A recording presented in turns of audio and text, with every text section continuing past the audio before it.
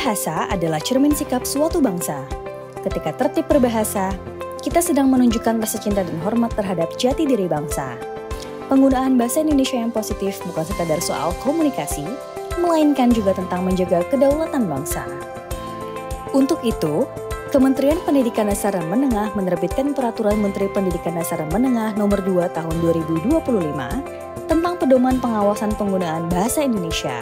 Pedoman ini juga sebagai perwujudan amanat pasal 42 ayat 4 Peraturan Presiden RI Nomor 63 Tahun 2019 tentang penggunaan bahasa Indonesia. Keberhasilan tujuan pengawasan adalah sebagai berikut: mewujudkan eksistensi bangsa, identitas nasional, dan persatuan Indonesia, meningkatnya sikap positif masyarakat, kebanggaan, kesetiaan, dan kesadaran terhadap norma berbahasa Indonesia, meningkatnya kemahiran berbahasa sesuai dengan standar serta kemajuan peradaban bangsa, meningkatnya kedisiplinan dan keteladanan melalui keutamaan penggunaan bahasa Indonesia, dan meningkatnya mutu penggunaan bahasa Indonesia pada objek-objek bahasa. Objek pengawasan penggunaan bahasa Indonesia mencakup dua ranah utama. Pertama, objek bahasa di lanskap yang meliputi nama, geografi, bangunan atau gedung, apartemen atau permukiman, perkantoran, dan kompleks perdagangan, merek dagang, lembaga usaha, lembaga pendidikan, organisasi atau badan hukum Indonesia, jalan, rambu umum, penunjuk jalan, fasilitas umum, spanduk, dan alat informasi lain yang merupakan pelayanan umum.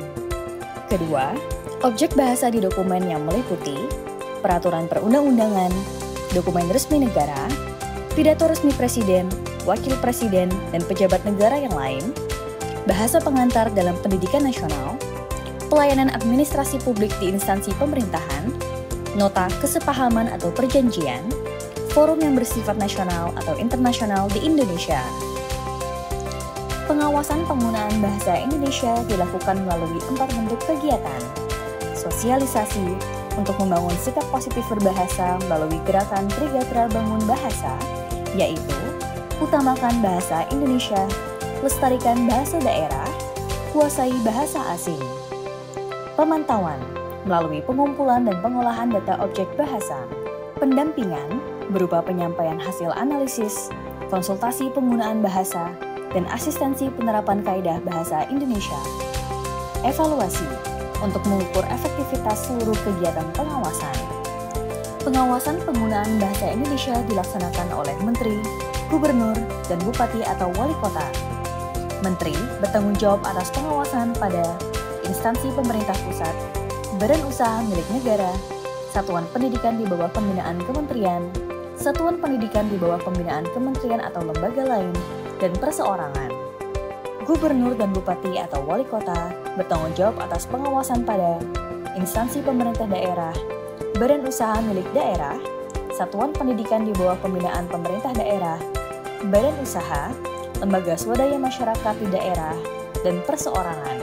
Untuk mendukung pelaksanaan pengawasan, Gubernur serta Bupati atau Wali Kota dapat membentuk tim pelaksana yang diketuai oleh Sekretaris Daerah. Hasil pengawasan digunakan untuk menyempurnakan kebijakan penggunaan bahasa Indonesia, memberikan rekomendasi kepatuhan terhadap penggunaan bahasa yang baik dan benar, serta memberikan penghargaan kepada lembaga atau perseorangan yang menunjukkan sikap positif dalam berbahasa.